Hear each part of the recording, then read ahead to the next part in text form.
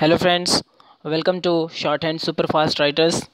दोस्तों, अगर आपने अभी तक हमारे चैनल को सब्सक्राइब नहीं किया है तो सब्सक्राइब कर लें और बेल आइकन को दबाएं।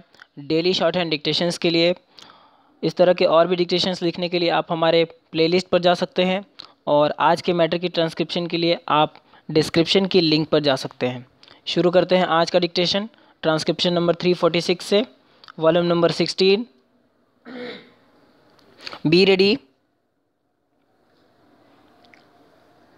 10 seconds.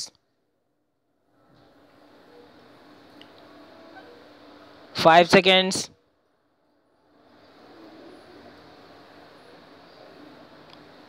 Start. Mr. Deputy Chairman, the present speech of the Deputy Minister for Education, Dr. Shrimali, encourages me to speak first about education. I think, sir, this is the most important subject that we can be called upon to consider at the present time. We have had the 10th 5-year plan and we shall soon have the 11th 5-year plan. But I think that it is an efficient system of education alone that can be formed the foundation of our national greatness. If our educational system weakens and our schools and colleges become inefficient, even 105-year plans will never be able to provide the country with that human material that it needs for carrying out its schemes and for taking the country to the stage of development which the more advanced countries expect to reach in a few years. This being the importance of education, I make no apology for dwelling on it for a few minutes. Sir, I should first like to say that it is a matter of concern to us that although the University Grants Commission Act was passed about 2 months ago, it has not been brought into force.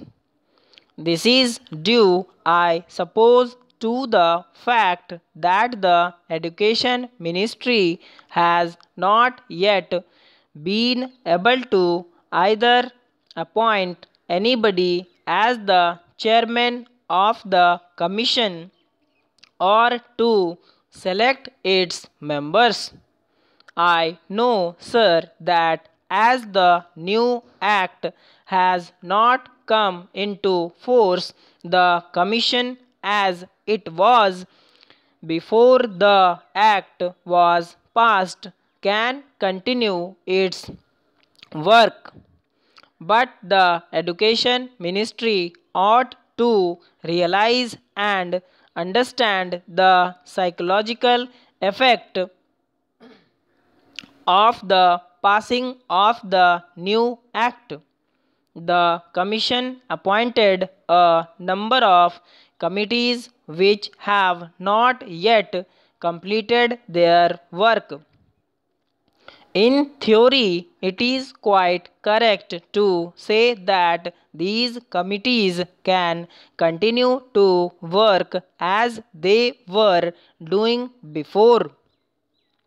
But the members of the committees who are members of the commission feel some awkwardness in engaging themselves in a new activities because they may cease in a short time to be members of the Commission. I hope, therefore, sir, that in view of the good work that the Commission was doing and the powerful influence that it can exercise over the growth and development of university education, government will take early steps to appoint a chairman and to select the personnel of the commission who should be very eminent educationists. While speaking on the university education, I should like to draw attention to another matter which is of the profoundest importance to the country. According to the Constitution, English is to be the language of administration for 15 years. What the linguistic policy of the government of India will be in future will depend, I suppose, in part one of the recommendations of the Language Commission. But whatever the recommendations of this commission may be, it is clear that at the present time it is necessary in the interest of advanced education and in the interest of the scientific and technical development of the country that those young persons who go to our colleges and universities should have a good knowledge of one of the most important foreign languages so that they may be in touch with the latest researches and the latest developments of thought. While students may be free in our country to study either English or French or German or any other language, considering the past history of the country, English provides us with the best means of acquiring the knowledge that I have already referred to.